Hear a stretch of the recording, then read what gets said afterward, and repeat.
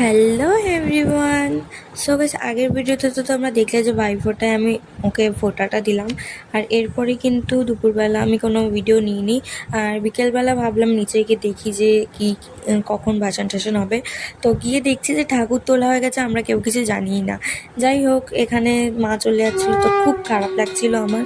আর মনটা কেন জানি না এতটা খারাপ লাগছিল সেদিনকে। আর সত্যি বলতে মাকে এত সুন্দর লাগছিল দেখতে। ভিডিওতে তোমরা নিজেরাই দেখো, সিরিয়াসলি মনে হচ্ছে যেন যখন কোনো মানে এরকম দৈব শক্তি বা কিছু এরকম আমাদের সামনে আগমন হয় তখন যেরকম টাইপ লাগে ওরকম। আর এখানে আমাদের প্যান্ডেল তো ফাঁকা হয়ে গেল, আর সবাই বরণ মানে অনেকে বরণও করছিল দেখলাম। আর তারপরেই এখানে আমার মনটা ভালো লাগছিল, মানে আমি সাইকেলে করে চলে এসেছিলাম ঘাটে।